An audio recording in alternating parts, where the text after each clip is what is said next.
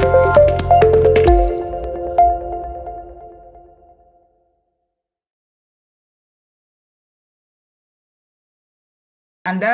juga boleh silahkan untuk kuliah ini juga segera aktif bertanya ya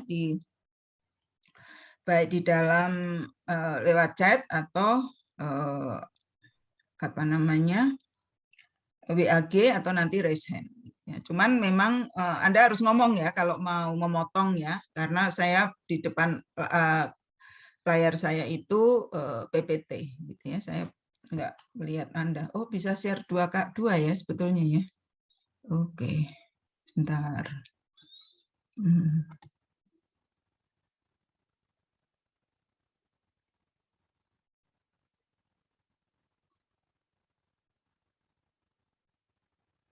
Oke, repot saya ketutupan ininya, settingnya lupa tadi.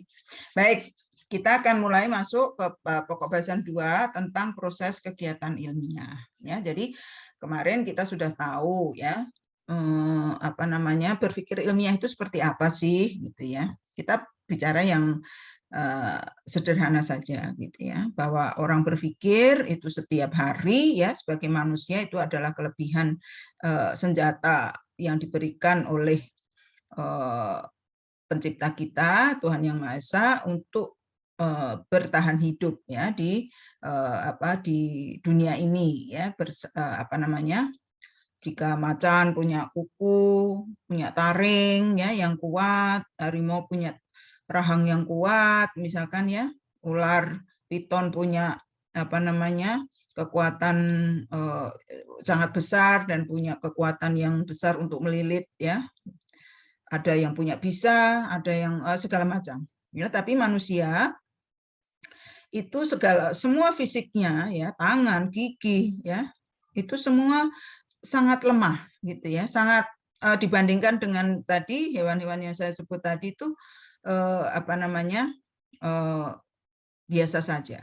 Jadi kalau orang dikatakan mulutmu berbisa itu bukan itu kata-kata itu ya yang menyakitkan atau apa gitu ya, bukan karena mematikan ya, orang mungkin bisa mati karena dikata-katain gitu misalkan ya, maka dikatakan mulut berbisa.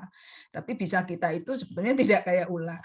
Nah, tapi kemudian bahwa kita tahu ya, tapi belum tentu menjadi pengetahuan keilmuan kalau pengetahuan kita itu tidak disusun secara sistematis. Nah, kemudian kemarin kita secara umum ya sudah tahu bagaimana proses kegiatan ilmiah itu ya, bahwa ilmu itu harus objektif, ilmu itu harus dilakukan secara konsisten, secara metode tertentu dan seterusnya agar menjadi pengetahuan ilmiah. Nah, kita lihat di sini gambar ini menggambarkan bagaimana seseorang sebelum menghasilkan suatu tampilan di ujung di sini itu adalah belajar ya, dia membaca dulu, mencari apa namanya istilahnya literatur review gitu ya di sini ya. Dia mungkin mendapat ide dari segala mungkin dari salah satu aspek dari 8 elemen ini dan kemudian dia mempelajarinya, kemudian dia mungkin melakukan penelitian dengan survei, kemudian melaporkan hasilnya. Nah, itu secara umum proses kegiatan ilmiah itu semacam itu, sehingga hasil ini akan membuahkan pengetahuan. Jadi apa bedanya pengetahuan dan ilmu ya, kita ulang lagi. Jadi tadi manusia itu sepanjang hidupnya mencari pengetahuan dengan berpikir dan bernalar, ya, mengolah fakta yang diperoleh dari panca inderanya atau dari kemampuannya mengkaitkan berbagai hal yang dapat dijangkau dengan akal budinya tadi, ya, dia dengan membaca, ya, tentu membaca sambil berpikir, ya.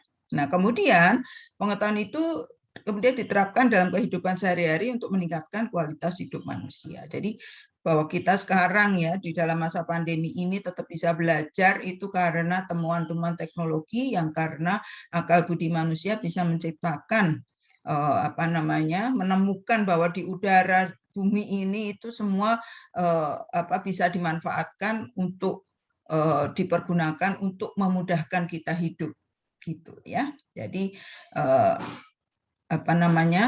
kita bisa menggunakan kekuatan gelombang apa ya, suara magnetik yang ada di udara dan kita ubah menjadi apa namanya, kita ubah untuk mengembangkan komunikasi di dunia maya semacam ini. Nah, pencarian pengetahuan itu berlangsung terus-menerus sepanjang hayat manusia, ya, dan untuk mendapatkan pengetahuan yang makin sempurna. Nah, jadi pengetahuan yang sudah kita temukan, ya, itu tidak abadi sifatnya. Dia akan terus apa namanya, diperbaiki, karena pada hakikatnya kita itu terus mencari pengetahuan. Maka dalam bahasa Inggris yang disebut penelitian itu namanya adalah research, mencari kembali. Jadi nggak ada, kalau 8 elemen berpikir ilmiah kemarin itu kan nggak putus, ya. Jadi satu itu terus ada gitu. Pengetahuan yang satu akan menghasilkan pertanyaan untuk perbaikan, ya, berikutnya gitu.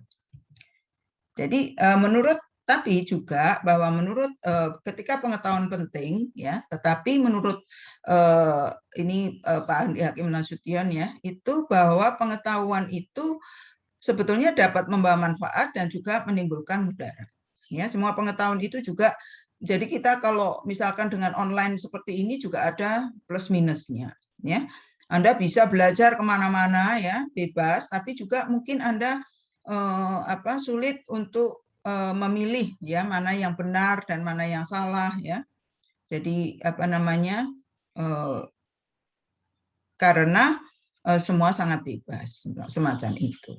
Nah, sebetulnya pengetahuan itu harus dilakukan berdasarkan ketentuan-ketentuan yang mengikat secara umum, ya, karena pengetahuan itu adalah kekuasaan, ya. Sir Francis Bacon mengatakan scientia potentia est, ya, knowledge is power. Jadi punya pengetahuan itu kita berkuasa sebetulnya, ya, sehingga manusia harus bertanggung jawab dalam memanfaatkannya. Ya, jadi kalau bagaimana posisi orang yang bodoh, ya, itu selalu berada di bawah orang yang pintar. Jadi seringkali kalau orang Jawa itu ada istilah, wow, dipinteri, ya, minteri gitu, ya. Orang itu bisa bohong, bisa membuat orang lain apa namanya, berada di bawah kekuasaannya karena ketidaktahuannya. Jadi pengetahuan itu juga mengandung sisi negatif dan sisi yang positif. Jadi kita bisa gunakan sisi positifnya. Nuklir itu kan positif apa negatif? Bom nuklir atau nuklir misalkan, sorry. Nuklir teknologi itu tergantung ya. Jawab, Bu. Gimana? Coba silahkan, siapa yang mau jawab? Izin jawab, saya Jihan. Jihan, silahkan Jihan. Kalau teknologi nuklir digunakan untuk menghasilkan energi yang ramah lingkungan itu sangat positif. Tapi kalau teknologi nuklirnya digunakan untuk bom itu negatif, jahat, Bu. Oke, ya kasih. Begitu. Ya itu contohnya begitu. Tadi siapa tadi yang cowok nggak kelihatan aku? Siapa yang ngomong tadi? Sama Jihan apa enggak pendapatmu? Iya Bu, saya Bu Ilhan, Bu. Oke, Ilham gimana? Mau memperhalus atau menambah contoh yang lain? Kurang lebih sama seperti Jihan, Bu. Jadi nuklir itu efek positif dan negatifnya itu tergantung bagaimana pemanfaatannya dan bagaimana bergunanya bagi masyarakat. Contohnya kalau positif sama seperti Jihan contohkan tadi, misal untuk dijadikan pembangkit listrik atau energi ramah lingkungan. Dan kalau untuk negatif itu mungkin pemanfaatan nuklir untuk perang atau yang dapat mengganggu ketertiban umum gitu, Bu, seperti pembuatan bom dan lain-lain. Ya, oke. Jadi dalam hal ini bahwa ilmu teknologi nuklir itu sebetulnya benda yang benda yang sangat netral, ya. Dia akan positif atau negatif itu tergantung manusianya. Jadi manusia di sinilah kalau dia tahu maka dia punya kekuasaan mau diapakan pengetahuannya tentang nuklir itu, gitu istilahnya, ya, yang mudah kita pahami, dan itu banyak yang lain-lain gitu, ya. Nah, pengetahuan itu terjadi dalam diri manusia sehingga untuk menjadi pengetahuan yang dapat difahami oleh siapa saja, maka pengetahuan itu dikomunikasikan dengan menggunakan simbol-simbol yang dipahami oleh siapa saja tentunya. Ada bahasa, matematika, statistika, gitu, ya. Jadi ini sebetulnya kalau ingat sosiologi ya, kita belajar komunikasi ya, pada bab komunikasi, maka sebetulnya kita itu sebagai makhluk sosial itu perlu komunikasi, dan kita dalam berkomunikasi itu menggunakan simbol-simbol yang dapat dipahami oleh siapa saja gitu. Artinya kita menulis dengan menggunakan bahasa tertentu. Tentu orang misalkan ya kita menulis pakai bahasa Indonesia, tentu yang akan memahami pikiran Anda itu atau ilmu pengetahuan Anda adalah orang-orang yang memahami simbol bahasa Indonesia itu. Ya, tapi kalau kemudian Anda menulisnya dalam bahasa Inggris, tentu lebih orang yang mampu berbahasa Inggris lah yang akan paham seperti itu. Matematika yang Anda pelajari dan suka menjadi masalah gitu ya, biasanya ada yang banyak yang nggak lulus karena matematika, itu sebetulnya simbol ya untuk bisa tahu ya, tanda plus itu pasti menambah, minus berkurangi, misalkan seperti itu. Jika begini maka begitu, misalkan demikian. Nah, kemudian juga muncul statistika untuk pembuktian suatu masalah gitu ya. Kalau angkanya begini, 0, sekian hubungan antara A dan B, ini A dan B itu ada hubungan tapi lemah gitu misalkan ya. Jadi itu orang tahu semua. Jadi ini hal-hal yang bisa dipelajari ya. Jadi bahasa, matematika, statistika itu adalah simbol-simbol untuk komunikasi yang sangat penting di dunia ilmiah. Oh enggak Bu, saya mau kualitatif. Nah, penelitian kualitatif dengan narasi itu bahasa harus kuat.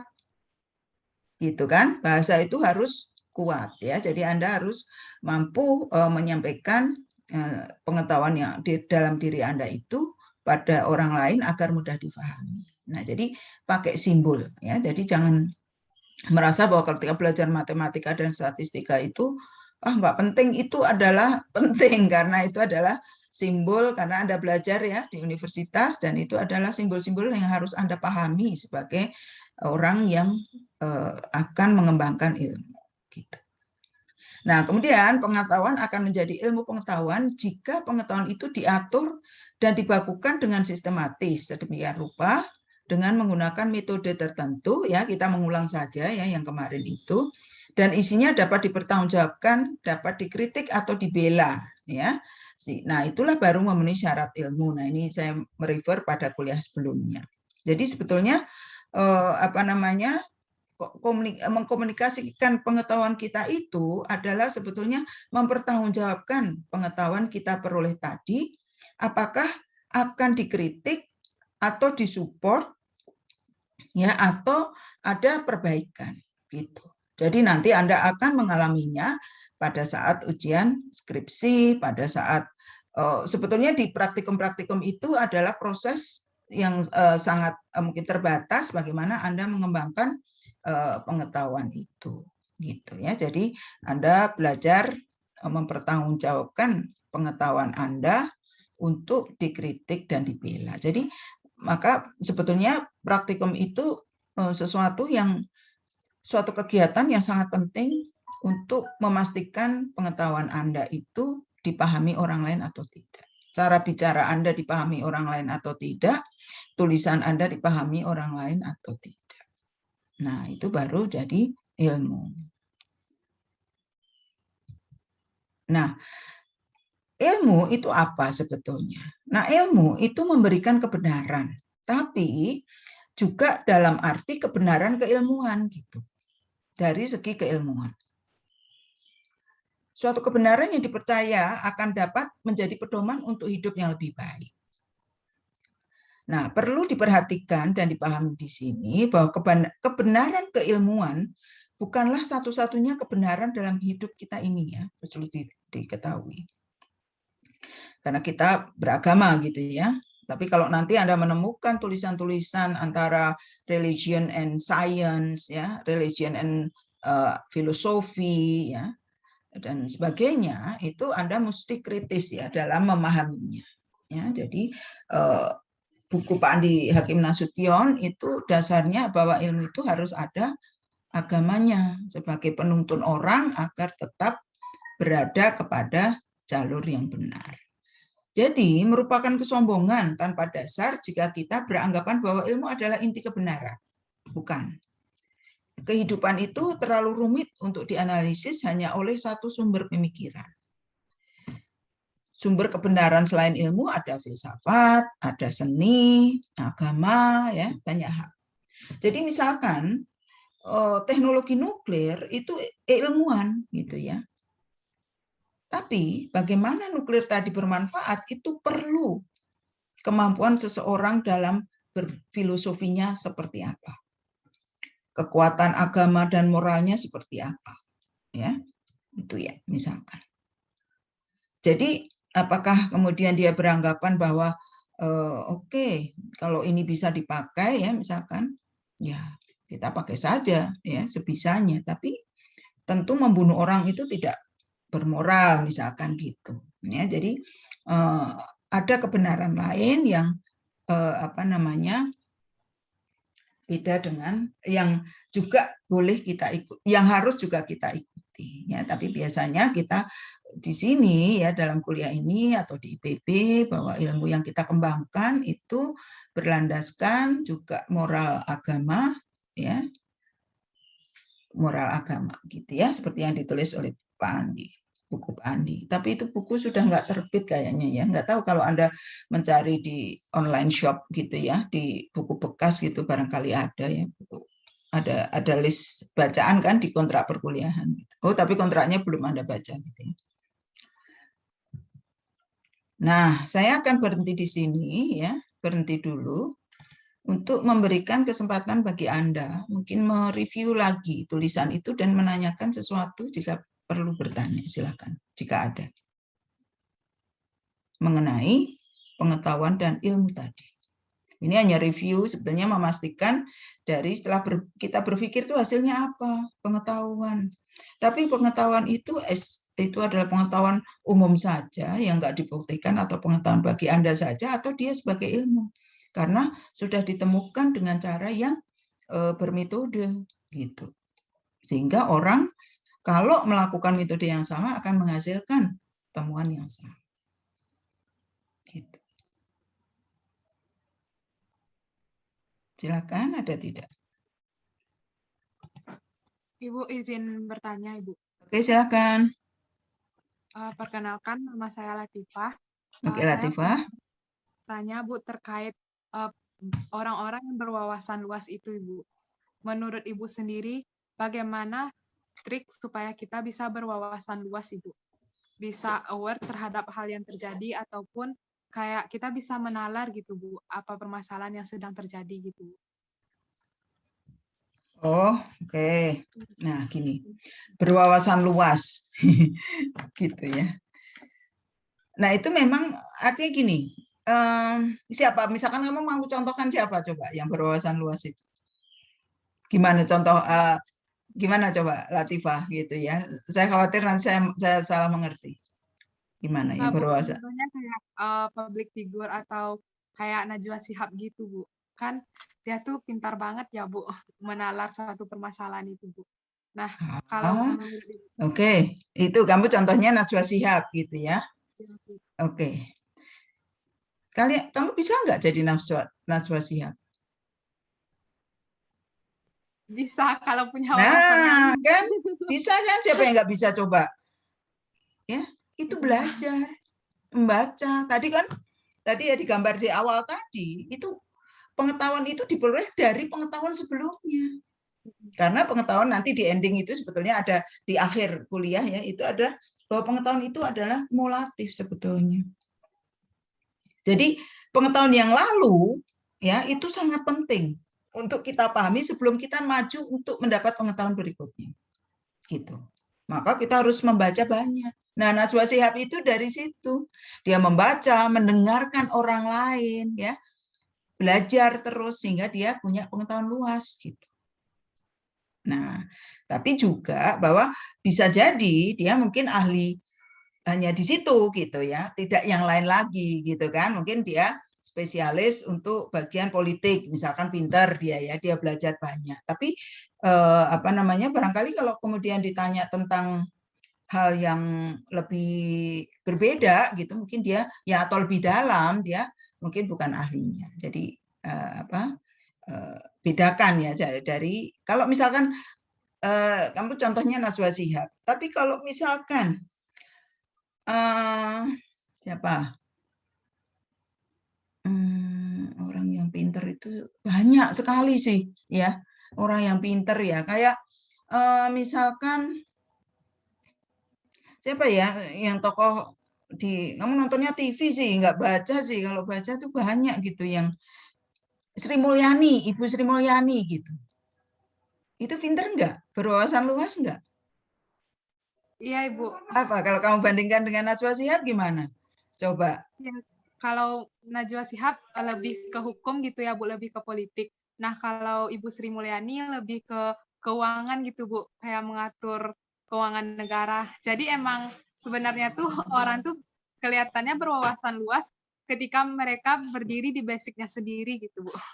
Nah, ya, jadi itu untuk semuanya, bahwa yang namanya pengetahuan itu adalah belief of something ya. Jadi apa ya, bahwa Anda percaya pada sesuatu itu dan Anda apa namanya itu jadi pengetahuan, mempercayai itu. Tapi apa yang Anda percaya belum tentu orang lain percaya. Belum tentu orang lain tahu gitu. Sehingga dari sini kita kemudian mengukur bahwa kita itu manusia itu sebetulnya kecil gitu. Lihat nggak kemarin yang apa dengan apa simbolisasi ya, simbolisasi dengan kecilnya kita dibandingkan jagat raya ini. Ya, seperti itu. Jadi kita merasa pinter tapi mungkin bagian itu gitu. Saya misalkan ya jadi dosen gitu. Anda, mungkin pengetahuan saya itu juga cuman yang ada sekarang gitu, ya. Anda bisa lebih dari saya untuk yang lain misalkan.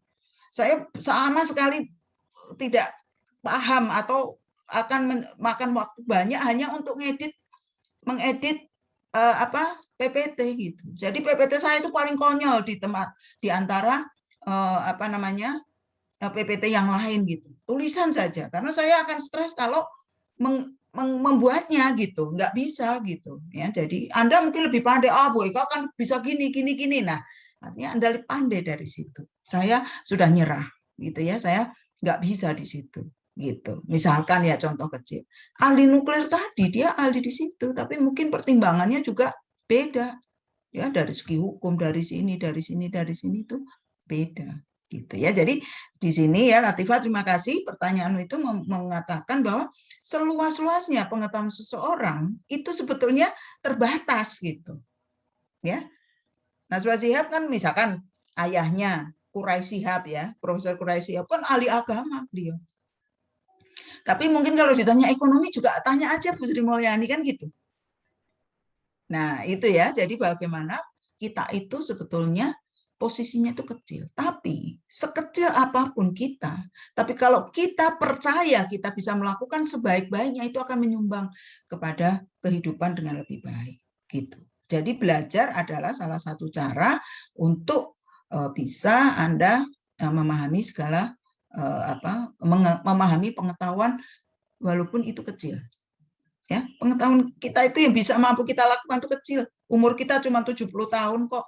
Padahal kemarin ya dibanding Tata Surya itu udah berapa ribu tahun gitu. Itu kan yang kita kan cuman ya.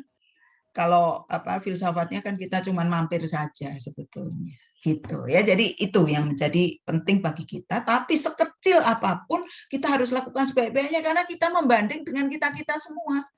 Latifah akan terbanding dengan Indra, dengan Herdian, dengan Ilham, dengan Hana. Itu bersaingnya dan kalian semua manusia, umurnya sama, sekolahnya sama. Jadi akan nampak nanti perbedaannya mana yang kemampuannya lebih luas, mana yang kemampuannya lebih baik dari yang tidak. Gitu. Enggak, wah suatu saat saya mau jadi seperti Najwa Shihab, boleh. Anda belajar ya sebaik-baiknya gitu. Oh saya nanti mau kayak Bu Susi, nggak apa-apa, nggak nanti apa namanya, tapi saya sarjana misalnya ya, karena Bu Susi nggak sarjana saja pengetahuannya sangat luas gitu ya, gitu ya maksud saya ya, bagaimana ini untuk memahamkan pengetahuan tadi gitu. Oke, ini gitu ya Latifah ya, jadi namanya untuk dapat pengetahuan itu belajar gitu ya.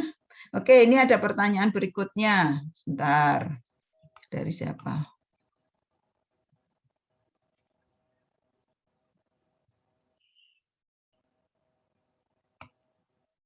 Oke. Ai Mulyana. Ketika seorang memperdalam suatu ilmu, misalnya ilmu agama, tak sedikit orang yang malah terjerumus dengan hal-hal yang justru tidak sesuai dengan agama. Misalnya segala sesuatu dikaitkan dengan agama, padahal tidak semua hal dapat dikaitkan dengan agama. Cara agar kita tidak seperti itu bagaimana ya, Bu? Oke. Nah, ada yang bisa jawab? Pertanyaan AI. Kenapa kita tuh kalau belajar sesuatu tuh malah jadi salah kaprah? Silahkan. Indra mau jawab? Saya, Bu, boleh, Bu? Oke, silahkan. Gimana, Indra? Al-Farabi ingin menjawab, Bu. Siapa ini? Jadi, Oh, Al-Farabi. Muhammad Al-Farabi yang bingung aku, pusing saya. Kalau di kelas tuh langsung ya ngacung, tapi di sini tuh yang mana nih yang nanya? Oke, silahkan Farabi. Sebelumnya ini berdasarkan pengalaman saya. Jadi saya itu punya teman yang dia pernah terikut aliran sesat yaitu ISIS, Bu. Nah, dari cerita teman saya tadi, saya banyak belajar gitu.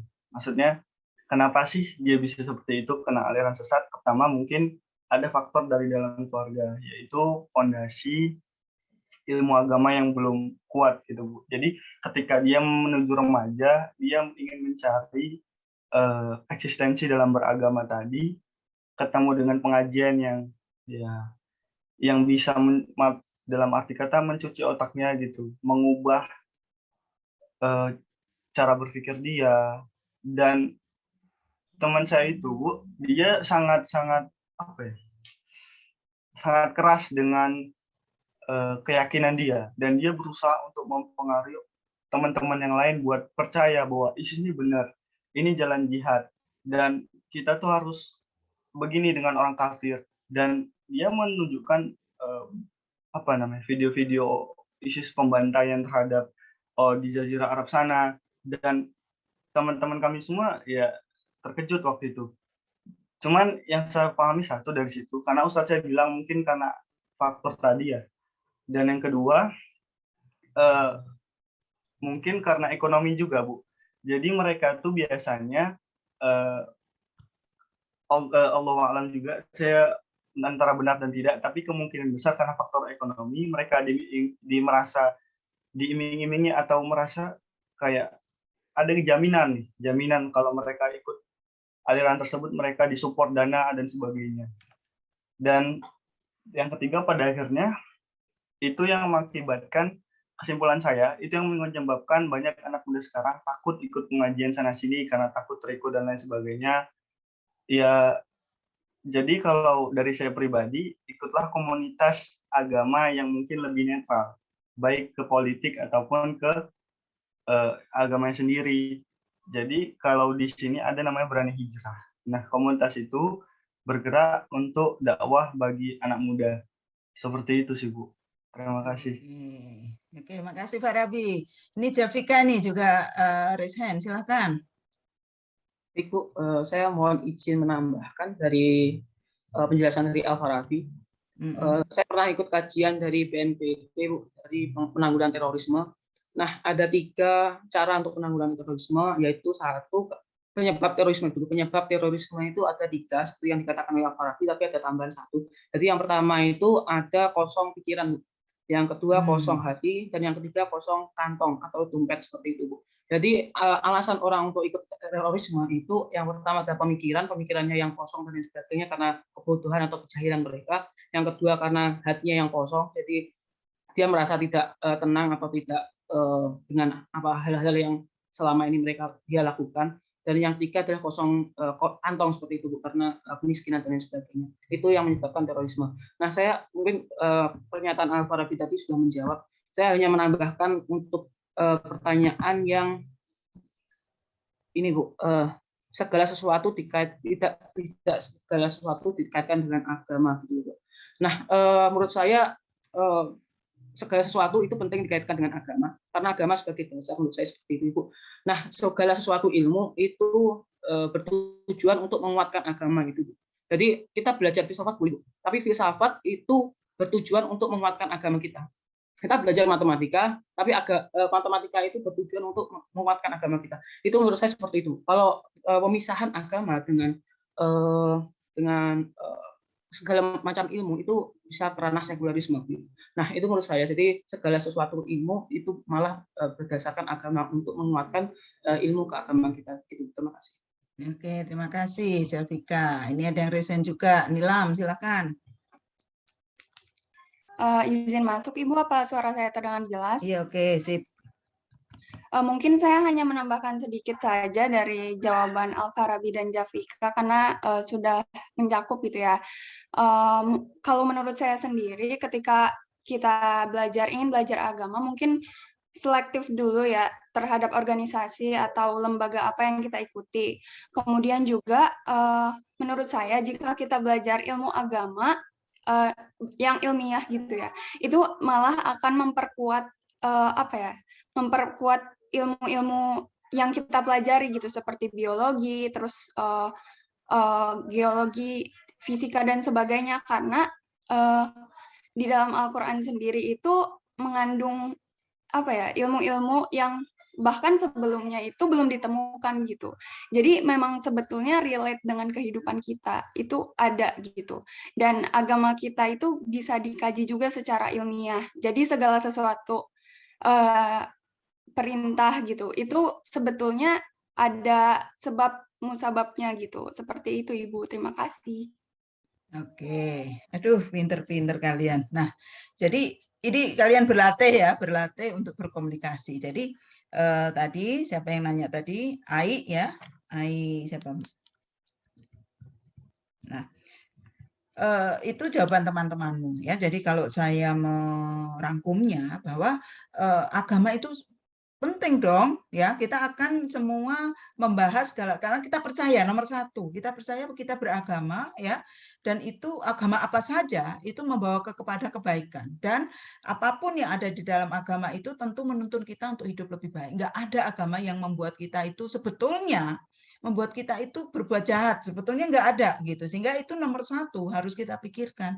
Kenapa ya di sini kok aku diajari untuk membunuh orang, untuk begini, untuk begitu, misalkan sesuatu yang sebetulnya sangat bertentangan dengan aturan agama. Itu adalah tadi yang dikatakan oleh Nilam, itu kita mesti selektif juga ya, pikiran kita. Nah itu dia, tapi kalau hati kita kosong, pikiran kita kosong, ya susah gitu ya. Jadi Anda sebagai, nah ini biasanya di kalangan anak muda remaja itu yang masih bingung mau ngapain, eksistensinya kan belum jelas kalian. Anak-anak udah bukan, orang dewasa nggak bisa ngapa-ngapain, kan gitu. Anda belum produksi apa-apa kan, masih tergantung, sehingga Anda merasa posisi Anda itu susah. Nah itu ahli psikologi yang tahu bagaimana remaja itu seringkali menjadi sasaran untuk diisi oleh pengetahuan-pengetahuan yang barangkali seharusnya tidak dia inginkan, tapi dia tidak ngerti gitu. Maka buka hati gitu ya. Jadi apalagi di dunia medsos sekarang gitu ya, kalau mendengarkan ingat kuliah Pak Juara misalkan ya, kalau Anda diajar Pak Juara itu tentang bagaimana ketika kita bergrup sekarang ya di dalam WAG itu akan memilih yang sesuai dengan kita gitu. Cenderung kita tidak akan kita hanya milih yang itu, misalkan kita setuju, misalkan mohon maaf ya tadi ikut ISIS atau ikut yang lain gitu ya, itu saja, yang lain kafir, yang lain salah gitu misalkan. Nah, sebagai anak muda sekarang coba buka hati ya. Dengan terbuka maka hati Anda akan terisi dengan berbagai hal yang baik gitu ya. Ya, Anda kekurangan misalkan dari keluarga yang kurang, rumah tangga mungkin kacau balau gitu ya. Kan tidak semua kita punya keluarga yang baik gitu, yang seolah-olah ideal gitu ya, ada saja ya. Dan kita semua punya masalah. Nah, itu buatlah ya Anda tetap tekankan tadi pengetahuan agama Anda yang benar. Cari tulisan yang benar, yang agama yang benar itu apa sih? Ya baca Quran yang benar gitu. Misalkan kalau Quran atau hadis atau apa saja. Mohon maaf ini nggak tausiah ya, tapi karena tadi terkait agama, jadi isi hati dan pikiran kita. Maka mulai sekarang itu yang Anda belajar itu jangan kemana-mana. Kalau Anda merasa tidak puas, Anda bisa bertanya. Makanya kita kan buka selalu dalam kuliah apapun kita buka gitu. Mungkin Anda punya unek-unek yang ingin disampaikan gitu, kadang-kadang juga enggak apa-apa gitu.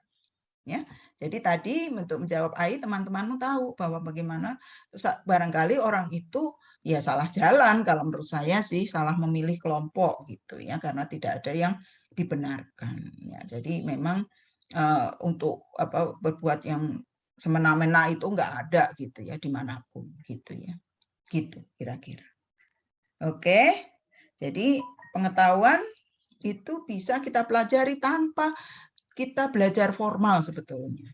Asal tadi, saya belajar dari Java tadi, pikiran kita terisi, hati kita terbuka, ya, pikiran dan hati kita terbuka. Ya perkara kantong kosong nggak akan kosong, selalu isi nanti, gitu. Karena sedikit pun itu ada maknanya kan gitu ya katanya kalau kita bersedekah ya itu kalau tausiah bersedekah dalam keadaan kita kantongnya mepet itu justru menandakan kita itu kaya kan gitu. Merasalah kaya gitu, kayak ilmu kayak yang lain-lain gitu.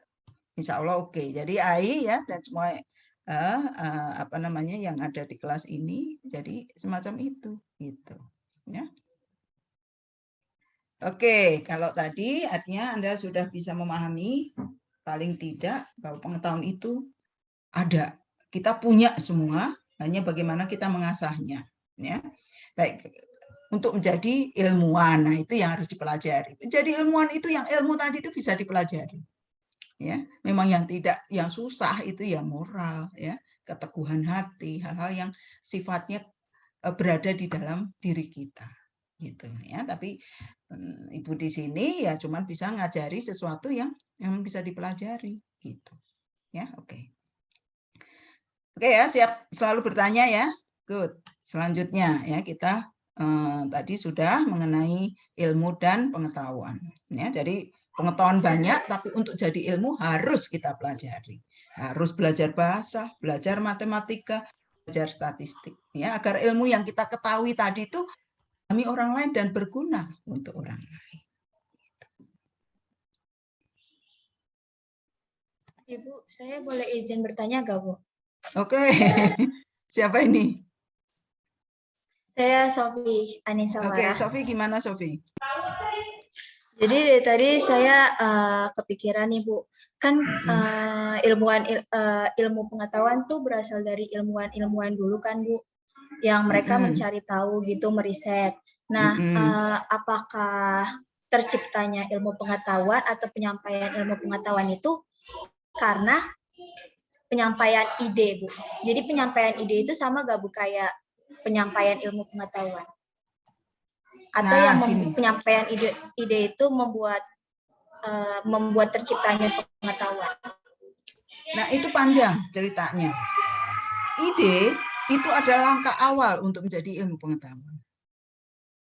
Ya. Ide itu seperti hipotesa sebetulnya. Ya, nanti Anda tahu itu. Tadi orang belajar baca banyak ya, terus kemudian ding, oh iya ya kalau gitu berarti kalau kita misalkan kita di IPB ya belajar tentang pertanian misalkan. Oh, aku baca yang ilmu sosialnya gitu. Oh, kalau petani itu ya sebetulnya kenapa dia sampai menjual tanahnya ya untuk menyekolahkan anaknya gitu tanpa memikirkan bahwa kalau dia nggak punya tanah nggak jadi petani lagi. Terus Anda mikir, aduh gimana ya caranya agar petani yang semacam itu tidak perlu menjual tanahnya tapi anaknya tetap bisa sekolah ya. Gimana idenya ini? Kan kamu kemudian punya ide kan? Apa kita akan masukkan ke sekarang organisasi penggalang dana itu ya, tidak hanya untuk anak yatim piatu dan duafa dan sebagainya, tapi juga bisa Anda membuat bank kuliah misalkan, bank biaya sekolah misalkan ya untuk mereka yang memerlukan itu gitu. Ide kan? Nah, ide tadi kan kalau cuma di kepalamu nggak mungkin orang tahu. Nah, maka kamu harus berani menyampaikannya. Apakah itu sudah jadi pengetahuan? Belum, karena harus diriset, belum tentu. Nanti kalau itu jadi, siapa yang mau ambil? Nanti gimana resikonya? Kan perlu dipelajari dulu. Nah, itulah kemudian ada tahap-tahap berikutnya agar jadi kepastian bahwa oke, ternyata kalau kita nanti membuka bahwa dana pendidikan itu bisa dikumpulkan dari kita bisa tanggung renteng dengan banyak orang gitu. Bukan hanya karena kita untuk bencana, tapi dia nggak ada bencana, nggak kurang makan, tapi untuk pendidikan ternyata kurang. Jadi mungkin kita beasiswa tidak cukup. Bisa nggak ya masyarakat gotong royong untuk membuka beasiswa lagi, atau kita anak-anak muda akalnya gimana misalkan, nah semacam itu. Jadi ide tadi penting, harus dilontarkan. Ya, tapi apakah itu jadi ilmu pengetahuan? Tahapnya banyak, karena masih perlu pembuktian. Ya, perlu usaha banyak orang percaya, gitu. Gitu, Sofi. Tapi tanpa ide kamu nggak bisa apa-apa. Tanpa ide nggak bisa apa-apa. Jadi mulai sekarang Anda harus punya ide. Aku nanti nulis skripsi apa, itu yang paling sederhana ya, paling sederhana. Ya, paling sederhana untuk menyelesaikan kuliahmu ini. Aku nanti skripsinya apa ya? Jadi mulai belajar apa yang ada di sekitar kita. Meskipun kita kecil kan, teman kita kecil-kecil semua, kita kan nggak membandingkan dengan universe, itu entar lah gitu. Kalau kita sudah Amerika aja yang sudah puluhan tahun ya, mau ke bulan aja nggak jadi-jadi gitu ya. Lama prosesnya gitu ya. Jadi apa yang ada saja ya, percaya bahwa pengetahuanmu akan berguna gitu. Gitu, Sofi ya. Kira-kira Ibu menjawab nggak, atau kamu punya pendapat lain? Bu, kalau boleh nanya lagi nih Bu, kan kata Ibu kayak misalnya idenya tadi untuk dia bingung untuk beasiswa anaknya nih, terus dia punya ide buat beasiswa di kampungnya misalnya gitu. Terus kalau misalnya udah jadi tuh ada beasiswa di kampungnya kayak dari mana gitu udah terjadi, itu baru jadi ilmu pengetahuan kan Bu, kalau dikasih tahu ke orang kayak, iya ini dari ide saya yang awalnya gini-gini, terus terciptalah beasiswa di kampung saya. Terus itu disebut pengetahuan. Ya, itu sebetulnya baru pengetahuan ya. Ilmunya apa sebetulnya? Ilmu pengetahuannya yang kamu share itu apa? Bahwa ternyata ya teorinya itu kalau kita bersama-sama ternyata bisa mengatasi suatu masalah. Nah, itu ada teorinya itu. Nanti kalau belajar itu adalah modal sosial. Nanti di dalam analisis ilmiahnya kamu pakai teori modal sosial ya, menggunakan modal sosial untuk ya bagaimana untuk modal sosial bermanfaat ya, menggunakan modal sosial untuk menggalang beasiswa misalkan gitu ya. Jadi harus ada juga di balik itu ada teori itu adalah suatu abstraksi dari pengetahuan yang sudah ada gitu ya, gitu kira-kira ya. Kalau cuman sebetulnya tadi karena idenya apa, mau menggalang ini, itu baru menjadi suatu aktivitas sosial. Tapi kalau aktivitas sosial itu jadi pengetahuan dari sesuatu yang ternyata kayak misalkan Grameen Bank-nya yang di Pakistan ya kalau nggak salah, dari Muhammad Yusuf itu menjadi suatu pengetahuan. Jadi pengetahuan bahwa ternyata masyarakat miskin itu bisa mengumpulkan dana untuk menolong dirinya sendiri, gitu ya. Jadi tahapnya semacam itu, gitu. Jangan takut tapi ya mengeluarkan ide tadi. Nanti ditulis, diberi bingkai, ditulis secara sistematika ilmu pengetahuan, ada evidence, ada bukti ilmiahnya. Nah, itu jadi pengetahuan bahwa. Tapi kan ternyata sebelumnya sudah ada kayak Grameen Bank, kayak yang lain-lain itu. Jadi kamu mesti belajar dulu bahwa menggalang dana bagi kelompok miskin itu bukan sesuatu yang mustahil. Gitu. Itu namanya ilmu itu kumulatif. Jadi ilmumu nggak ada yang baru, gitu. Sebetulnya gitu, karena sudah ada sebelumnya. Gitu sih kira-kira. Jadi semua ilmu nggak ada yang, semua itu pengetahuan itu kumulatif. Jadi tumpukan dari hasil pengetahuan sebelumnya. Kita cuma riset, mencari lagi apa yang belum, gitu. Ya, atau yang kekinian. Jadi misalkan sekarang dengan masa pandemi, kamu cari ini masa pandemi itu cuma 1 abad sekali, jadi kamu nggak akan mengalami lagi nanti, gitu barangkali ya. Tapi kalau pandemi keseringan ya itu aneh gitu ya. Tapi pandemi itu kalau menurut sejarah itu biasanya 100 tahunan gitu. Ya, pandemi yang terakhir itu kan di Amerika ya, flu Amerika itu tahun 2019 sekian gitu. 1920-an kalau nggak salah. Seperti itu. Misalkan, jadi tambahkan seperti apa upayanya sekarang, gitu. Ya, kamu aja sekarang. Jadi kalau di rumah aja itu penelitian apa yang dilakukan para mahasiswa itu, gitu. Kan cuma di rumah aja, ya, belajar bosan katanya gitu. Apa menutup kebosannya? Apa yang dipelajari? Tambahan ilmu apa yang dipelajari? Itu bisa jadi riset loh. Bisa jadi bahan penelitian, ya, untuk mengetahui apa sih yang dikerjakan mahasiswa ini gitu loh. Karena kan nggak kemana-mana kalian berorganisasi enggak, atau ternyata rapat itu lebih intens. Ternyata dengan online banyak hal bisa dilakukan gitu. Karena kita nggak perlu kemana-mana gitu. Pikiran kita aja yang jalan gitu. Ya, itu ya. Jadi ide itu harus dikemukakan dan kemudian dijalankan. Kalau memang bagus dan cari dukungan. Jadi kalau nanti sudah jadi, baru diriset apa dasar dari apa namanya, apakah bisa menjadi sesuatu pengetahuan baru. Gitu. Oke ya, coba kita lihat selanjutnya gimana kita menemukan pengetahuan itu. Baik, terima ya? kasih Bu. Oh ya, sama-sama Sofi. Oh, share screen ya. Aduh, aku bingung tadi mau ngapain. Mana? Oke.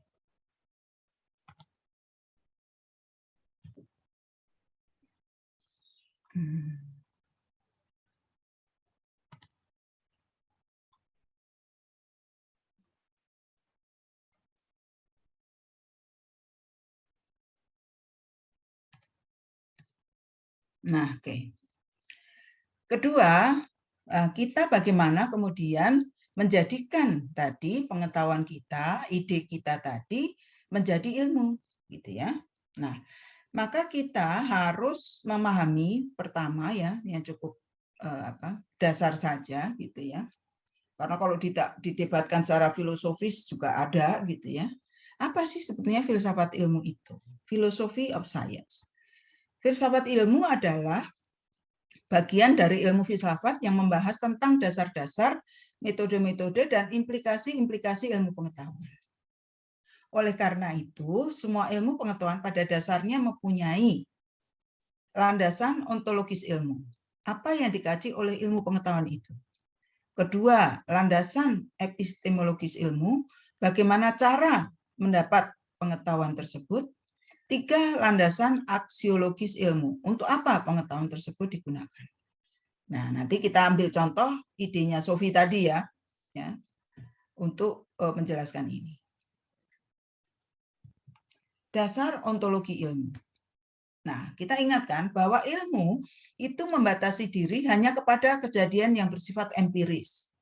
Nah, apa itu empiris? Empiris adalah sesuatu yang bisa kita pahami atau kita yang bisa kita rasakan dengan panca indera kita sebetulnya. Bisa kita sentuh, kita lihat, kita cicipi gitu ya, apalagi satu lagi. Kita dengar gitu. Ya. Hal yang bersifat empiris. Hal-hal yang di luar itu sulit untuk menjadi ilmu. Jadi sampai sekarang misalkan ilmu tentang makhluk halus, tentang ada pocong, ada vampir, itu cuman mitos ya. Jadi cerita saja karena secara keilmuan itu di luar kita gitu. Atau hantu gitu ya. Kita percaya ya, kita disuruh percaya memang harus bahwa ada makhluk lain di selain kita. Tapi wujudnya seperti apa kita kan nggak tahu. Kenapa jin itu selalu rambutnya pelontos terus muncul sedikit diikat gitu ya? Nggak ngerti saya. Ya, kenapa jin itu selalu berpakaian seperti perempuan Timur Tengah misalkan. Jin yang baik misalkan. Jin itu gitu. Tapi kenapa kalau di Jawa itu keluar setan yang ada setan bagus nggak? Hantu yang bagus nggak di Jawa? Setahu saya itu semua itu jahat. Sundel bolong lah, wewe gombel lah, segala macam hal-hal yang jelek gitu ya. Padahal kan jin itu baik kan, ya. Kenapa di Timur Tengah nggak muncul jin yang buruk misalkan? Ya ada yang istilahnya dajjal, tapi itu kan terkait dengan pemahaman di dalam agama gitu ya, bukan jin yang sehari-hari kita tahu gitu misalkan. Nah, artinya kita tentu tidak bisa membahas hal-hal yang di luar kejadian empiris karena apa yang kita lihat beda dengan orang lain. Gitu. Nah, objek penelaahan ilmu mencakup seluruh aspek kehidupan yang dapat diuji oleh panca indera manusia. Nah, itu kita dapat memanfaatkan fakta empiris. Nah, ruang lingkup kemampuan panca indera manusia dan peralatan yang dikembangkan sebagai pembantu panca indera tersebut membentuk apa yang disebut sebagai dunia empiris. Jadi kita menggunakan alat boleh, alat bantu, tapi segala macam itu hanya untuk memperkuat panca indera kita. Kita pakai teropong untuk melihat benda-benda di langit ya, karena memang kita tidak mampu mata kita. Kita pakai mikroskop untuk melihat virus corona misalkan. Semacam itu. Ya, kita kemudian memperkuat telinga kita gitu kan. Dengan peralatan tertentu gitu. Ya. Nah, alat itu hanya memperkuat panca indera kita gitu, tapi nggak bisa nangkep jin kan, gitu. Jadi kalau ada tayangan di TV apa itu, katanya ada makhluk astral, whatever gitu ya, apapun yang ada di situ gitu, nggak tahu saya itu benar apa enggak. Gitu. Nah, pengetahuan keilmuan mengenai objek empiris ini pada dasarnya merupakan abstraksi yang disederhanakan, gitu. Jadi segala sesuatu tuh bisa diabstraksi, harus diabstraksi untuk menjadi ilmu. Ya, ilmu bertujuan untuk mengerti mengapa hal itu terjadi dengan membatasi diri pada hal-hal yang azasi, hal yang mendasar. Jadi apakah tadi yang misalkan ya ide penggalangan dana untuk anak-anak petani miskin agar bisa kuliah itu ilmu pengetahuan atau bukan?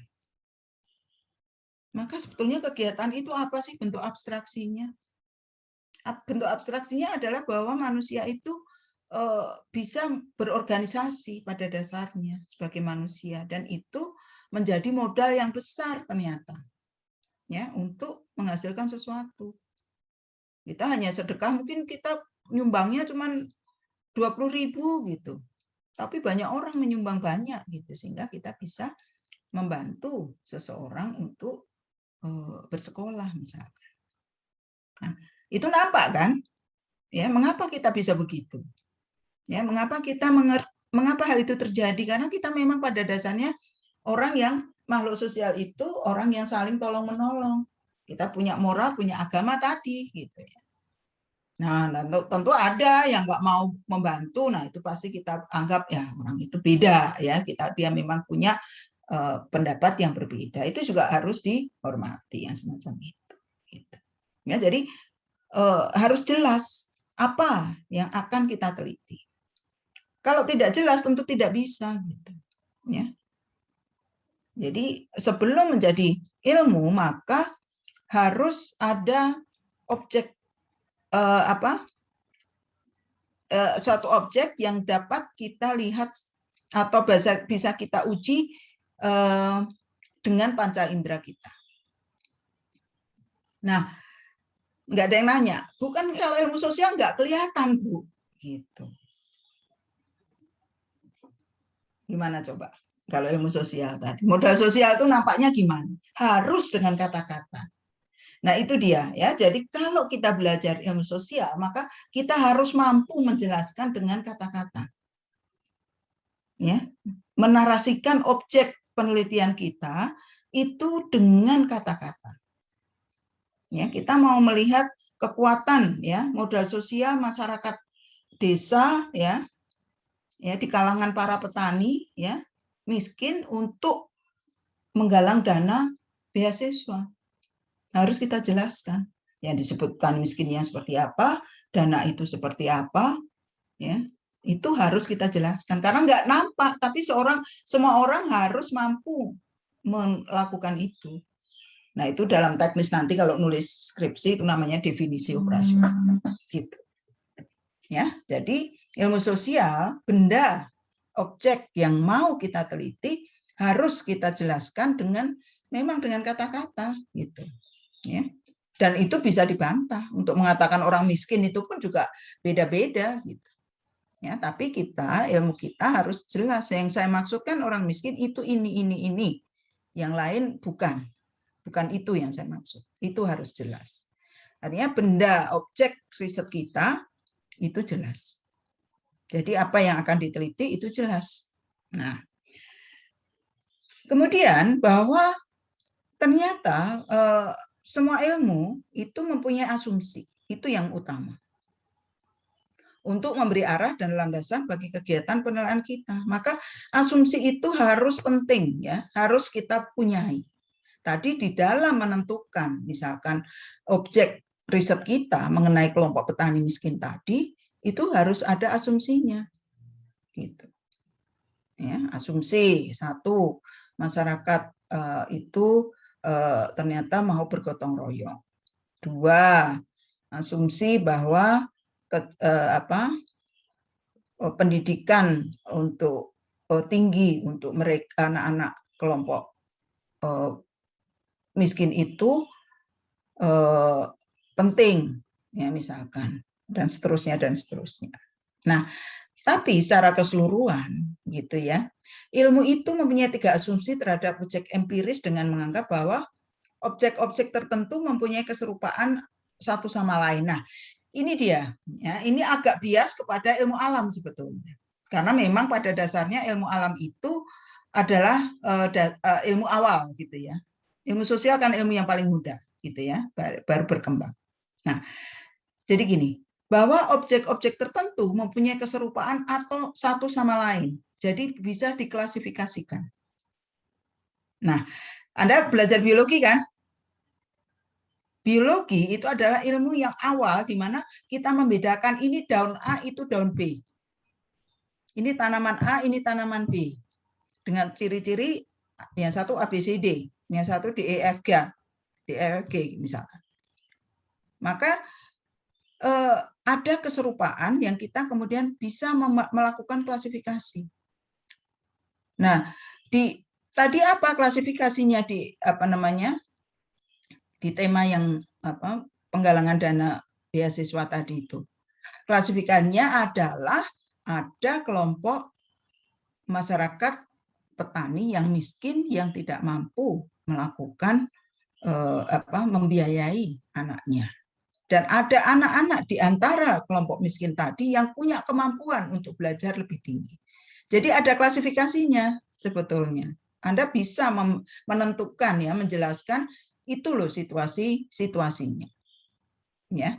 Dan kemudian bahwa suatu benda tidak mengalami perubahan dalam jangka waktu yang tertentu atau kelestarian relatif.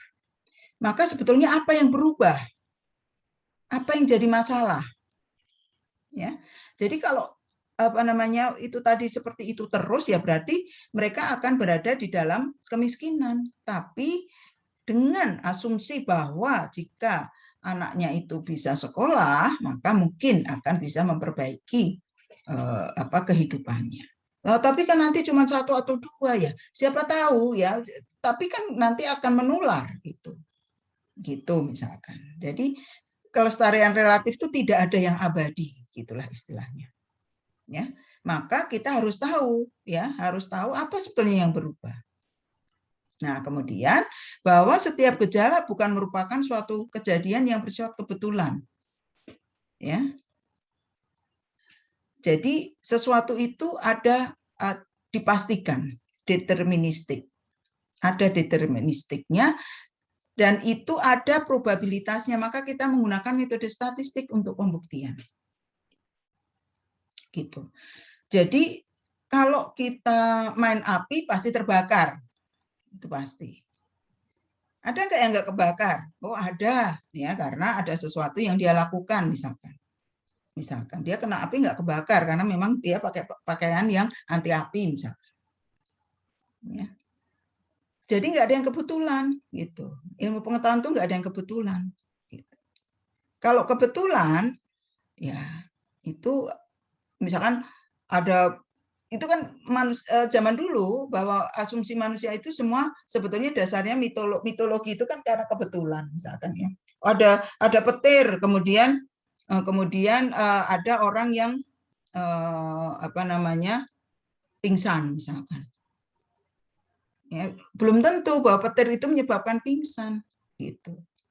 Ya, memang bersamaan ketika kena petir tadi terlalu keras ya, sehingga dia kaget, dan kemudian karena dia punya penyakit jantung dia pingsan misalkan gitu.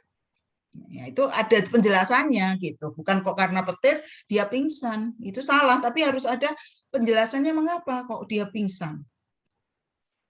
Apakah karena mendengar petir itu atau bersamaan ya ada petir, kemudian di dalam tadi sebenarnya di dalam rumah sedang ada persoalan gitu. Ya, ada persoalan atau dia ternyata yang membuat dia pingsan, jadi semacam itu. Jadi ada 3 hal. Bahwa semua objek yang mau kita teliti itu ada klasifikasi. Kita bisa membedakan itu yang paling sederhana. Kita bedakan laki-laki perempuan, petani kaya, petani miskin, mahasiswa pinter, mahasiswa tidak, gitu, kurang pinter, atau anak petani yang nilainya bagus dan dia pasti bisa kuliah dengan baik, dengan yang tidak. Ya, kita melakukan klasifikasi itu. Dan ada suatu tidak ada yang akan berubah ya, kecuali dalam intinya bahwa suatu benda tidak mengalami perubahan dalam jangka waktu tertentu. Kalau ini gini terus, maka tidak akan ada perubahan. Jadi harus ada upaya untuk mengubah nasib mereka.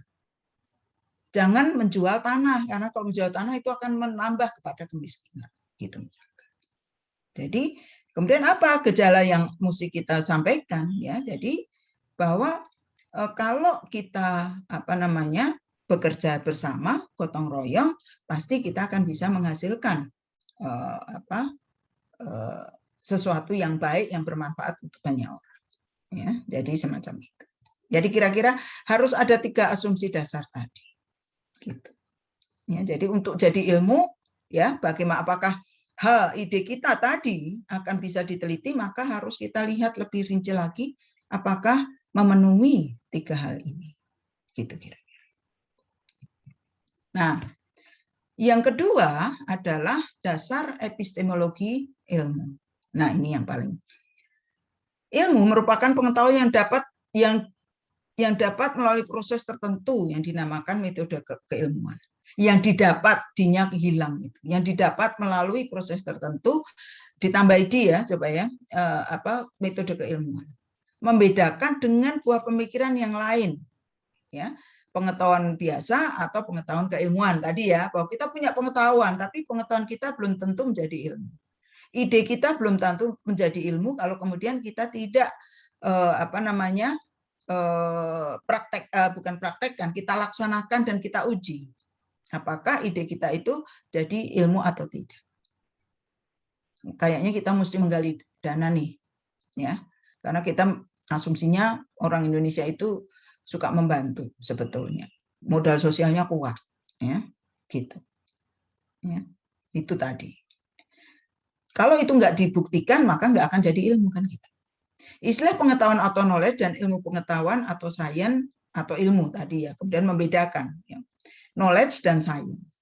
Nah kita tuh repot gitu ya, pengetahuan juga knowledge, science juga ilmu ya, ilmu. Maka kita pakai istilahnya pengetahuan dan ilmu. Jadi untuk mengubah bahasa Inggris dari bahasa Inggris knowledge dan science. Jadi kegiatan ilmu itu bersifat dinamis atau tidak statis. Ya, jadi terus tadi ya. Terus berubah terus, ya. Kegiatan mencari pengetahuan yang terbatas pada objek empiris dengan menerapkan metode keilmuan adalah sah disebut ilmu. Ya, tadi. Jadi harus mengikuti metode keilmuan itu. Ilmu bersifat terbuka, demokratis, dan menjunjung kebenaran atas segala-galanya. Ya. Epistemologi. Ini sepertinya ada yang hilang ya. Karena sebetulnya coba nanti karena semalam itu saya edit, jadi malah ada yang hilang gitu ya. Jadi kalau kita bilang bahwa ilmu itu netral, itu sebetulnya dari segi epistemologinya. Maksudnya adalah ketika kita meneliti, sedang melakukan mencari kebenaran secara keilmuan, maka kita tidak boleh diganggu-gugat dengan hal yang lain-lain. Kalau ilmu pengetahuan itu memerlukan pengetahuan itu. memerlukan kejadian metode itu. Jadi kalau kita harus ya misalkan menguji virus ya, antivirus misalkan COVID-19 yang ada sekarang yang Anda saksikan itu kepada manusia, maka memang harus dicari volunteer. Manusia yang mau dicoba gitu. Ya, maka kan ada tuh volunteer ya, banyak volunteer yang mau untuk benar-benar menjadi kelinci percobaan dari virus itu, antivirus itu yang baru ditemukan di lab tentu berdasarkan kaidah-kaidah keilmuan kedokteran. Oke, ini virusnya A, ini begini B, tapi ini harus dites dulu nih, benar apa enggak? Dan ditesnya kemana? Tentu kepada manusia dong, kan itu buat virus manusia. Ke kucing, misalkan ke hamster atau hewan-hewan untuk percobaan atau ke kera itu nggak cukup karena beda gitu ya hasilnya. Gitu. Maka harus pada manusia dan membutuhkan volunteer yang mau dicoba obat itu. Obat apapun yang akan dipakai oleh manusia itu harus dicobakan pada manusia. Ya, itu harus. Maka itu nggak boleh diganggu gugat gitu. Bahwa kita mengujinya perlu pakai darah manusia, ya harus pakai darah manusia, jangan dipakai darah hewan dan sebagainya gitu.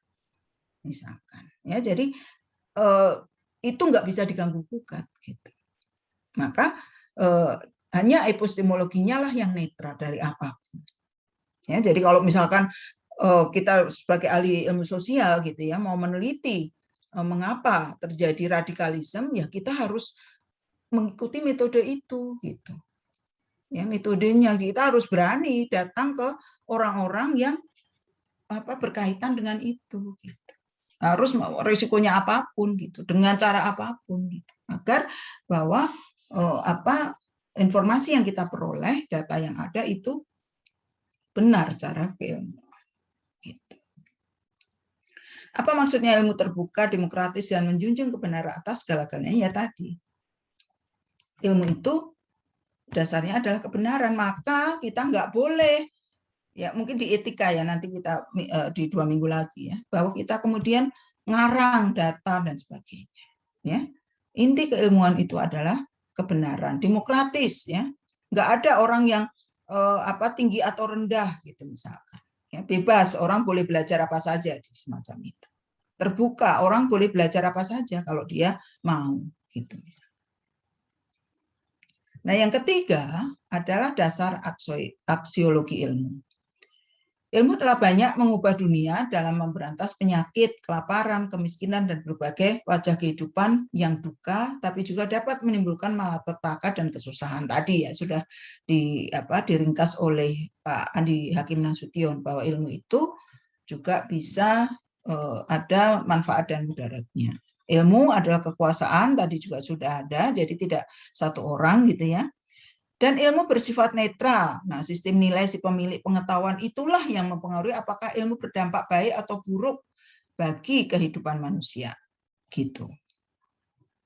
Nah, jadi ini dia, netralitas ilmu hanya terletak pada segi epistemologinya saja.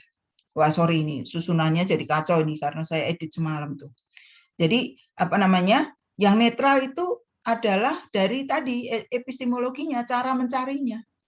Tadi pembuktiannya itu harus netral, nggak boleh kita ganti, gitu misalkan.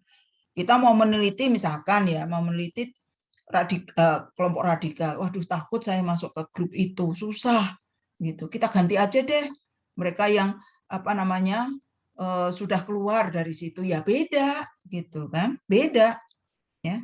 Tentu kita tidak bisa. Jadi judul kita ganti dengan mereka yang sudah keluar dari kelompok radikal, kan gitu. Bukan bagaimana radikalisme itu, gitu ya, beda, gitu ya. Jadi nggak boleh diganggu gugat, epistemologinya saja di lab tadi ya. Kalau perlu darah orang, kalau perlu diuji dengan manusia harus diuji dengan manusia, gitu. Tapi bahwa ilmu pengetahuan harus memperhatikan ya implikasi dan kegunaan ilmu pengetahuan yang dikembangkan. Jadi harus ada sekarang. Dulu itu ilmu itu hanya untuk ilmu ya zaman dulu. ya. Aduh, nanti banyak sih akan ada penjelasan berikutnya, gitu ya. Ilmu itu hanya untuk ilmu, tapi sekarang tidak. Ya, ilmu itu harus memperhatikan pentingnya apa, gunanya apa, gitu. Jadi kalau nggak ada gunanya ya untuk apa dikembangkan? Tapi barangkali ya itu akan berguna nanti, nah itu boleh. Jadi misalkan meneliti manusia itu terbikin dari apa sih? Bisa nggak kita menciptakan manusia selain yang natural melalui kelahiran? Ya, yang bisa dimanipulasi sekarang adalah bahwa ada yang disebut bayi tabung, mungkin Anda kenal. Bagaimana proses pembuahan dilakukan di cawan Petri, tidak secara natural karena ada kesalahan bukan kesalahan ya, ada organ reproduksi dari suami istri itu tidak cocok, ya tidak bisa menghasilkan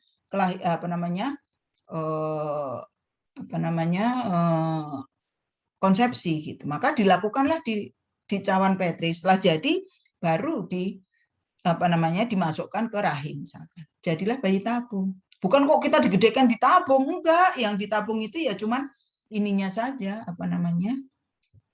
prosesnya. Tapi dari pengetahuan kita kan tahu tuh, seolah bayi itu bisa kemudian dibesarkan, tentu harus diciptakan rahim buatan, kan gitu misalkan. Nah, itu barangkali sudah ditemukan, tapi itu belum, ya, bukan menjadi pengetahuan yang harus diketahui orang. Belum ada gunanya karena secara natural masih bisa dilakukan. Gitu misalkan ya. Jadi ilmu pengetahuan sekarang harus dikaitkan dengan kegunaannya. Kalau tidak berguna tentu tidak berkembang. Maka kalau nanti ada istilahnya mencari dana penelitian dengan proposal, misalkan mengajukan proposal, maka sering ditolak itu ya karena barangkali tidak terlalu berguna atau tidak sesuai dengan tujuan dari yang memberi dana, gitu misalkan. Itu nanti secara lanjut di tempat lain. Jadi 3 hal ini adalah filosofi dari ilmu pengetahuan. Apa yang mau diteliti? Bendanya itu apa sih? Gitu. Memenuhi asumsi enggak? Ya, bahwa dia bisa diklasifikasi, bahwa dia ada masalah, dan ada sebab akibat yang bisa dijelaskan. Dan gunanya apa sih? Gimana caranya meneliti? Bisa apa tidak? Gitu. Nah, ini lanjut saja karena tinggal sedikit ya, nanti diskusi terakhir. Jadi apakah kemudian filsafat ilmu alam dan ilmu sosial itu beda? Kan tadi ilmunya beda tuh katanya. Gitu ya. Ilmu sosial kan harus dijelaskan bendanya. Bendanya itu nggak jelas gitu. Orang miskin pun orang bisa bilang, udah nampak dia nggak makan, tapi nggak mau dia dibilang miskin. Saya miskin harta, tapi kaya hati kan repot. Ya. Kita ukuran apa yang mau kita pakai? Nah, dikatakan ilmu alam dan ilmu sosial gitu berdasarkan hakikat keilmuan, proses dan metode yang dipakai dalam metode keilmuan adalah sama, tetapi karena objek telaahannya berbeda, maka tekniknya berbeda. Jadi yang berbeda itu tekniknya saja. Jadi kalau kita hanya mengukur curah hujan ya untuk menghitung pemanasan global ya, terjadinya pemanasan, maka sebetulnya gampang, kita hanya kalau Anda belum datang ke kampus ya. Kalau datang ke kampus itu ada yang disebut dengan lab agroklimatologi. Ya, dari jurusan agroklimatologi itu ada lab di kampus Baranang Siang dan juga ada di kampus Darmaga. Ya, di situ tuh apa yang diukur hanya suhu, ya, suhu udara dan curah hujan. Dari situ diukur setiap hari, maka apakah dari hari ke hari, dari tahun ke tahun ada perubahan di situ, gitu. Jelas bendanya. Tapi kenapa ya orang ini kok miskin saja gitu, nggak pernah mau berubah. Kenapa ini anak muda banyak masalahnya? Kenapa radikalisme berkembang dengan mudah? Mengapa banyak hal-hal yang dari ilmu sosial itu juga terus berkembang gitu? Nggak nampak tapi ada gitu. Ya. Nah, di sini ilmu alam membatasi diri dengan hanya gejala-gejala alam yang dapat diamati tanpa atau dengan alat bantu. Gejala alam tidak berdiri sendiri, tapi saling berkaitan dengan sesuatu pola sebab akibat yang dapat dipahami dengan penalaran yang saksama. Suatu penemuan dalam ilmu alam mampu meramalkan gejala alam yang lain sebagai konsekuensi logis dari penalaran yang digunakan. Jadi kalau ada misalkan ya, kita lihat ada awan awan yang membawa hujan, yang hitam itu pasti akan membawa hujan. Kalau ada gempa itu pasti bisa jadi tsunami. Ya, tapi sampai sekarang orang nggak tahu ya. Kita tahu akan terjadi gempa karena memang ada kita sudah mengenal secara geologis ya, para ahli geologi itu tahu susunan tanah ya, itu putus di sini, putus di situ. Jadi ini kalau ada yang bergerak terjadi gempa. Tapi kapan akan bergerak itu akan gempa itu nggak bisa. Sampai sekarang ilmu itu belum ditemukan. Akan diprediksi akan ada gempa, tapi bisa jadi pertama prediksinya gempanya di A, ternyata tanah bergeser, gempanya di B, kan gitu. Tapi sudah pasti bahwa gempa itu bisa memperkirakan apakah akan terjadi tsunami atau tidak. Itu yang gejala kita tahu. Gitu. Ya, jadi kalau kemudian bagaimana akan terjadi letusan gunung gitu ya. Nah, Merapi ya, vulkano gunung berapi gitu ya. Itu sekarang sudah ada alatnya dengan seismograf ya, kita bisa mengukur kira-kira akan gerakan lavanya itu seperti apa. Zaman dulu itu sudah pakai sesajen, masih pakai sesajen gitu ya, tapi zaman sekarang kan tidak demikian gitu ya. Jadi ada sebab akibat ya yang mengaitkan suatu kejadian alam tertentu akan menjadikan hal yang lain.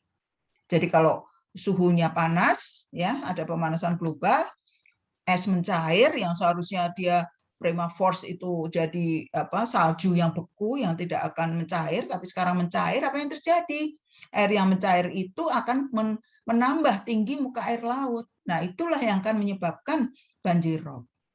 Kalian baca nggak di beberapa tahun mendatang itu beberapa daerah pantai itu akan tenggelam di Indonesia.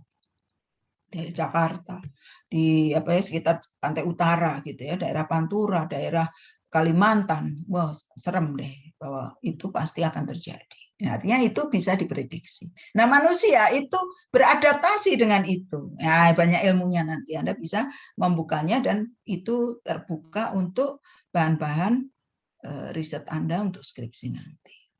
Nah, kalau ilmu sosial mempelajari tingkah laku manusia sebagai suatu gejala sosial sangat kompleks. Tadi mencari dana tadi, ya, ide mencari dana oleh Sophie tadi itu enggak sederhana sebetulnya. Membuat orang percaya itu tidak mudah. Diperlukan penjelasan yang lebih dalam untuk mampu menerangkan gejala tersebut. Ilmu-ilmu sosial mempelajari manusia baik selaku perseorangan maupun sebagai anggota kelompok sosial. Variabel dalam penelitian ilmu sosial itu banyak. Saya setuju secara individu, tapi keluarga saya nggak setuju, maka saya tidak bisa ikut. Nah, repot kan? Karena manusia itu selalu menjadi bagian dari suatu kelompok. Ya. Pengamatan langsung gejala sosial lebih sulit. Hakiki dari gejala sosial tidak memungkinkan pengamatan secara langsung dan berulang. Ada tawuran, ada konflik sosial, kan sudah terjadi. Apa mau diulang? Nggak mungkin. Ya, kalau ilmu alam itu bisa kita mengulang perlakuan-perlakuan tertentu. Oh, ini daun ini dikawinkan dengan daun ini, kita campur, kita ikat, siapa tahu nanti muncul hal yang daun yang lebih baik misalkan. Itu bisa begitu. Tapi manusia tidak bisa. Gitu. Gejala sosial banyak yang bersifat unik dan sukar untuk berulang kembali. Abstraksi masalah sosial harus spesifik dan berlaku dalam konteks histori tertentu.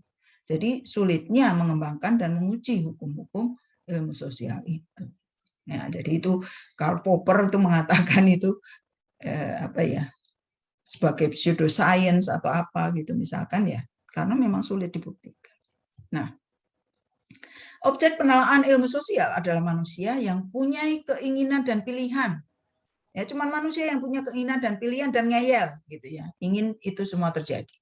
Gejala sosial berubah secara tetap sesuai dengan perubahan keinginan dan pilihan manusia. Ilmu alam tidak bermaksud mengubah alam, tapi ilmu sosial memungkinkan mengubah manusia. Jadi ilmu alam itu nggak bermaksud mengubah alam, gitu. Hanya mempelajari alam itu akan begini loh kalau kita begini, kalau terjadi begini misalkan. Tapi ilmu sosial itu tujuannya itu memungkinkan mengubah manusia. Ya, jadi yang nggak mandiri jadi mandiri, yang nggak radikal jadi radikal, gimana caranya? Yang malas jadi rajin dan seterusnya. Ilmu sosial merupakan bagian integral dari objek kehidupan yang ditelaahnya.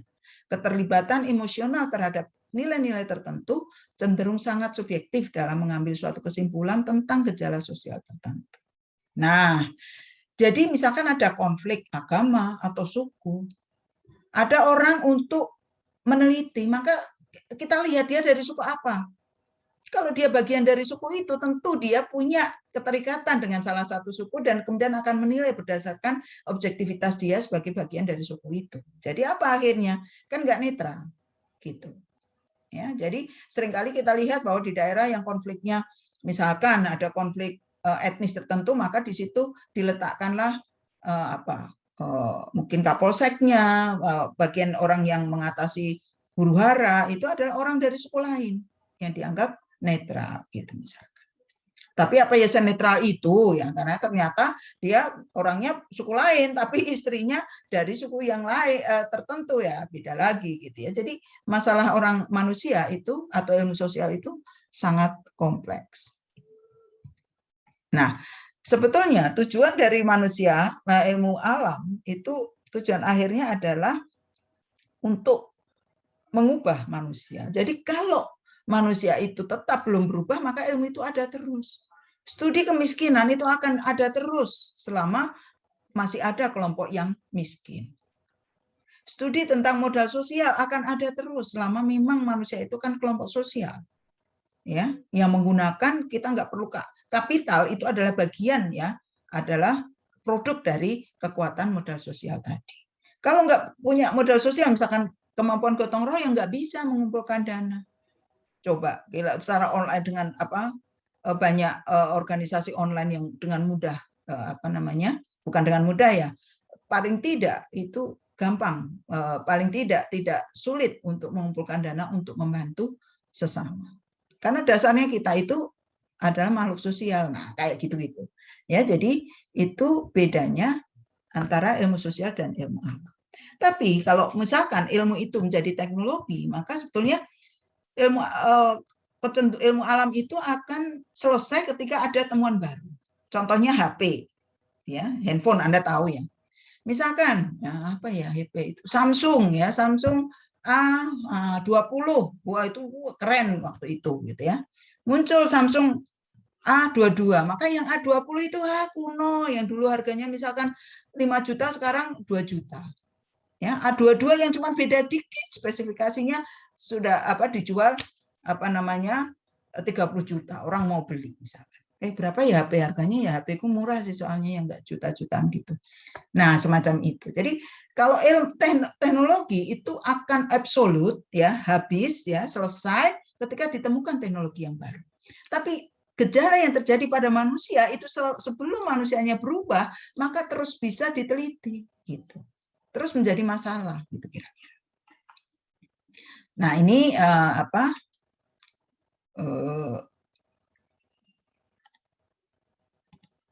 kuliah